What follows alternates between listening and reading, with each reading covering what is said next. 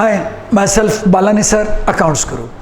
आज हम liquidation of joint stock company में देखने जा रहे हैं liquidator final statement of account. कहने के लिए अकाउंट है, लेकिन ध्यान रहे ये double entry book keeping system से नहीं है।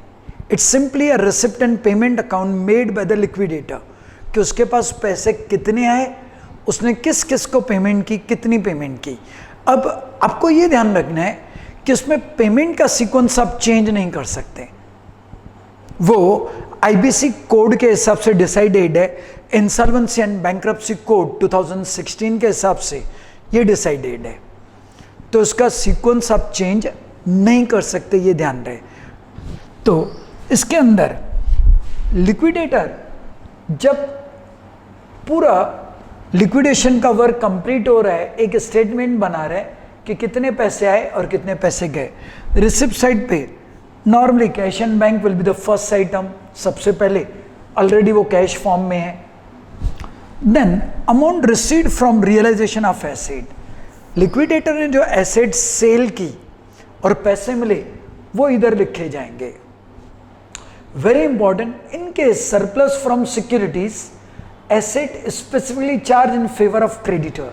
Try to understand this point now. Suppose हमने लोन लिया है, हम मतलब कंपनी, हमने लोन लिया है 20 लाख का, हमने बैंक वालों को बिल्डिंग मॉर्गेज की थी।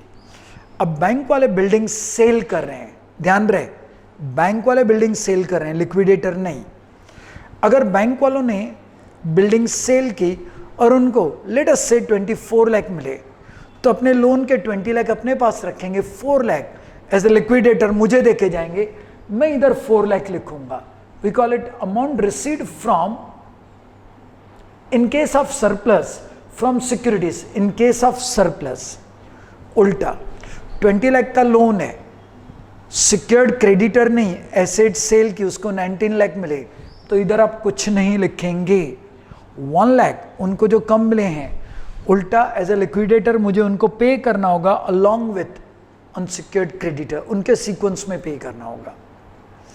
अच्छा, सपोज ये बिल्डिंग एज ए लिक्विडेटर मैंने सेल की, क्रेडिटर ने खुद सेल नहीं की, तो मुझे 24 लाख मिले, तो 24 के 24 लाख इधर लिखूंगा और 20 लाख की पेमेंट इधर दिखा दूंगा, ये रहा। ऑटोमेटिकली नेट 4 लाख ही आया।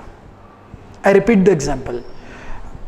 फॉर एग्जाम्पल हमने 20 लाख का लोन लिया है, बैंक को हमने बिल्डिंग मॉर्गेज की है, बैंक वालों ने ये बिल्डिंग बेच दी, उन्होंने सेल की, उनको 24 लाख मिले, वो अपने 20 लाख अपने पास रखेंगे, 4 लाख एज ए लिक्विडेटर मुझे देके जाएंगे, तो इधर 4 लाख लिखूंगा।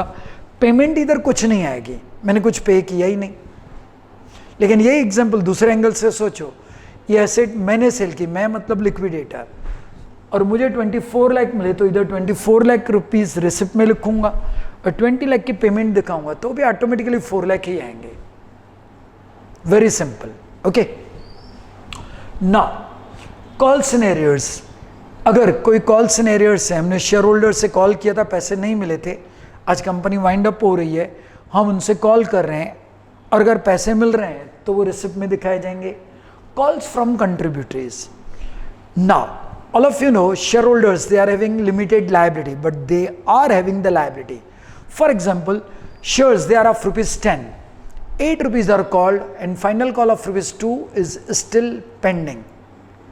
लास्ट कॉल 2 रुपीज़ का बाकी है, कंपनी वाइंड अप हुई, पैसे खूट रहे हैं, तो हम शेयर होल्डर से 2 रुपीज़ का कॉल कर सकते हैं, मैक्सिमम 2 का कॉल कर सकते हैं। 8 अगर पेड अप है, सपोज 10 का शेयर है, 6 पेड अप है, तो मैक्सिमम 4 का कॉल होगा।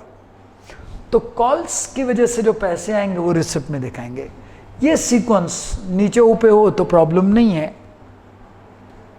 लेकिन ये पेमेंट का सीक्वेंस आप नीचे ऊपर नहीं कर सकते, तो याद ये करना है ध्यान से। अब पेमेंट कैसे होगी, ध्यान रहे, यहाँ पे भी ए से लेके एच तक का सीक्वेंस है। ए में insolvency resolution process cost and liquidation cost की पेमेंट एक साथ होगी, ए 1 एंड 2 एक साथ, वी कॉल इट पारी पशु चार्ज। इन दोनों की पेमेंट साथ में होगी।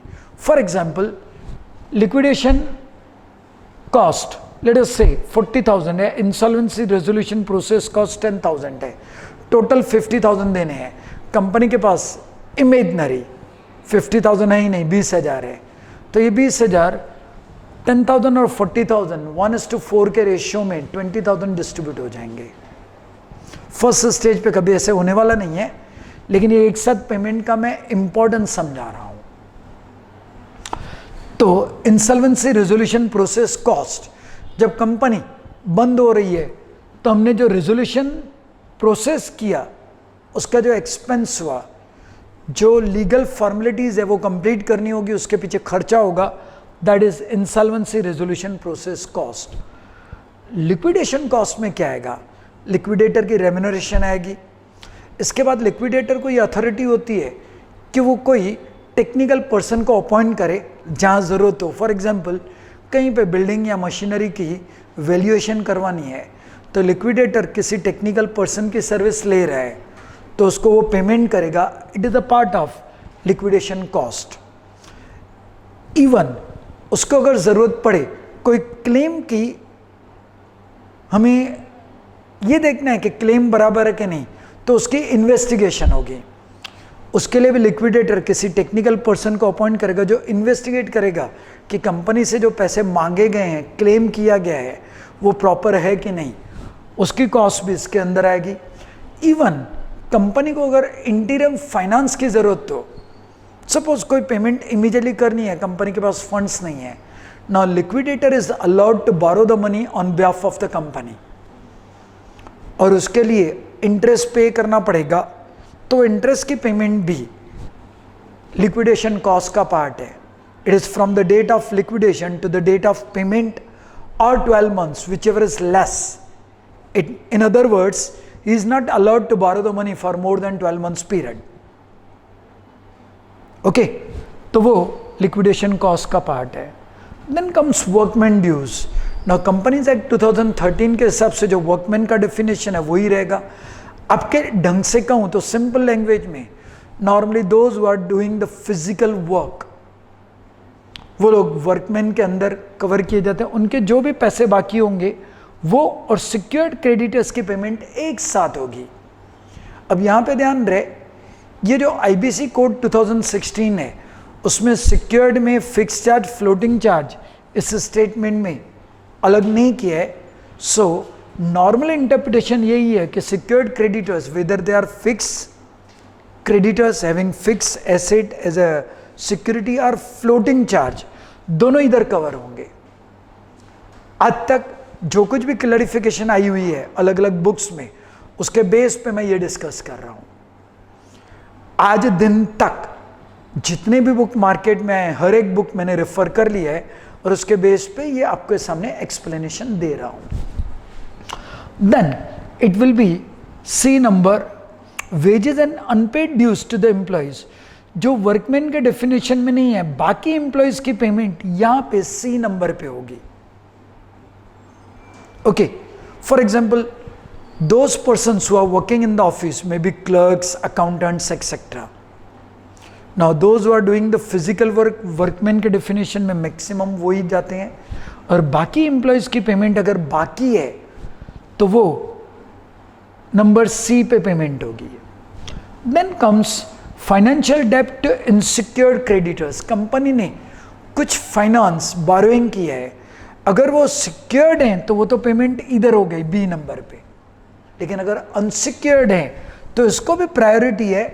Unsecured creditors even government taxes से पहले पेमेंट हो रही है।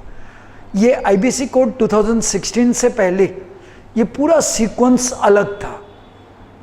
गवर्नमेंट के टैक्सेस उल्टा पहले पे होते थे, अनसिक्योर्ड क्रेडिटर्स की पेमेंट बाद में होती थी। तो कई बार अगर आप कोई बुक या कोई ओल्ड को आंसर रेफर कर रहे हैं तो बी केयरफुल, ये आईबीसी 2016 के हिसाब से सीक्वेंस है। So financial debts to unsecured creditors. इसके बाद ई पे फिर से दो चीज़ें साथ में, any amount due to central government and state government. In simple words it is tax, central government की हो या स्टेट गवर्नमेंट की, उसको पेमेंट होगी along with secured creditor for any amount unpaid.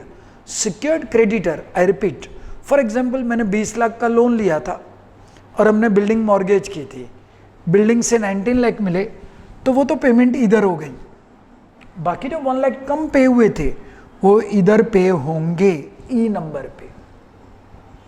अब ये 19 लाख लिक्विडेटर ने एसेट सेल की हो तो इधर पेमेंट में आएंगे, क्रेडिटर ने खुद अगर सेल किया हो तो न तो रिसिप्ट आएगी न तो पेमेंट, लेकिन 1 लाख इधर आएंगे।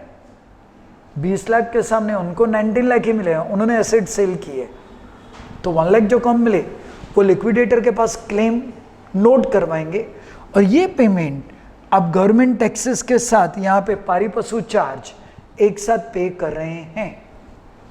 Then comes any remaining debts and dues.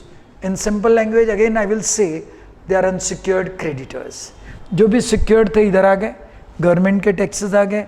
Even secured creditors if they are partly secured तो बाकी पार्ट इधर पे हो गया, तो इधर unsecured creditors, preference share holder and last payment होगी इक्विटी शेयर होल्डर की। यहाँ पे एक चीज मैं थोड़ी क्लियर कर दूं, इक्विटी शेयर होल्डर्स की पेमेंट में सपोज 2 टाइप के शेयर्स हैं तो उनका लॉस सेम जाना चाहिए। मैं इमेजिनरी एग्जांपल से ये चीज आपको क्लियर कर दूं। फॉर एग्जांपल किसी कंपनी में 10,000 इक्विटी शेयर्स हैं ऑफ ₹10 ईच, 8 पेड अप, उनका पेड अप अमाउंट 80,000 लिखा हुआ है, and there are 20,000 equity shares of 10 each, 6 paid up, तो 1,20,000 रुपीज उनके पेड अप हैं। अब for example preference share holder को पेमेंट करने के बाद लिक्विडेटर के पास लेटेस्ट से 10,000 रुपीज बचे हैं। अब 10,000 मुझे इक्विटी शेयर होल्डर्स को रिटर्न करने हैं, किसको दूं? यहाँ पे 2 टाइप के इक्विटी शेयर होल्डर हैं, तो मुझे लॉस पर शेयर ढूंढना पड़ेगा। कैसे ढूंढेंगे? Paid up capital 10,000 into 8, this is paid up capital, not face value. 20,000 into 6, 1,20,000, so total paid up capital is 2 lakh। अब मेरे पास 10,000 बचे हैं जो मुझे इन्हीं को देने हैं, वी कॉल इट सरप्लस। इनको मैं पैसे वापस करूं, कॉमन सेंस, इनका लॉस कम हो जाएगा। So paid up capital minus surplus, deficiency होगी तो ऐड करूंगा। सर डिफिशियंसी मतलब for example preference share holder को 5 लाख देने हैं, मेरे पास हैं ही 4 लाख, मैं मतलब लिक्विडेटर, तो 1 लाख रुपए खूट रहे हैं उनको देने के लिए। अगर equity share holder partly paid हैं, अगर वो पार्टली पेड हैं तो 1 लाख का मैं उनसे कॉल कर सकता हूं और कॉल करके प्रेफरेंस शेयर होल्डर को दूंगा, तो 1 लाख जो खूट रहे थे दैट इज कॉल्ड डिफिशियंसी। उनसे मैं कॉल करूंगा, उनका लॉस बढ़ जाएगा तो वो प्लस करूंगा, सरप्लस होगा तो माइनस करूंगा। मैंने इमेजिनरी सिचुएशन ली है, 10,000 सरप्लस है upon number of shares 30,000, so 1,90,000 upon 30,000, so it will be 6 3s are 18, 6.3333 loss पर शेयर। तो जिसके 8 पेड अप हैं उसको मैं ₹1.67 रिटर्न करूंगा, और जिसके 6 पेड अप हैं उनसे मैं पर शेयर 33 पैसे का कॉल करूंगा। और liquidator final statement of account में जिससे कॉल करूंगा, कॉल फ्रॉम कंट्रीब्यूटरीज रिसिप्ट में आएंगे, और जिसको रिटर्न करूंगा, return to contributories equity share holders की लास्ट पेमेंट दिखाऊंगा। ये सेम अमाउंट हो तो सर अगर अमाउंट अलग अलग हो, एक 10 का शेयर है दूसरा 5 का, तो यही लॉस आप परसेंटेज में ढूंढेंगे क्योंकि दोनों की फेस वैल्यू अलग अलग है। ठीक है, with this concept is over. Okay, bye bye.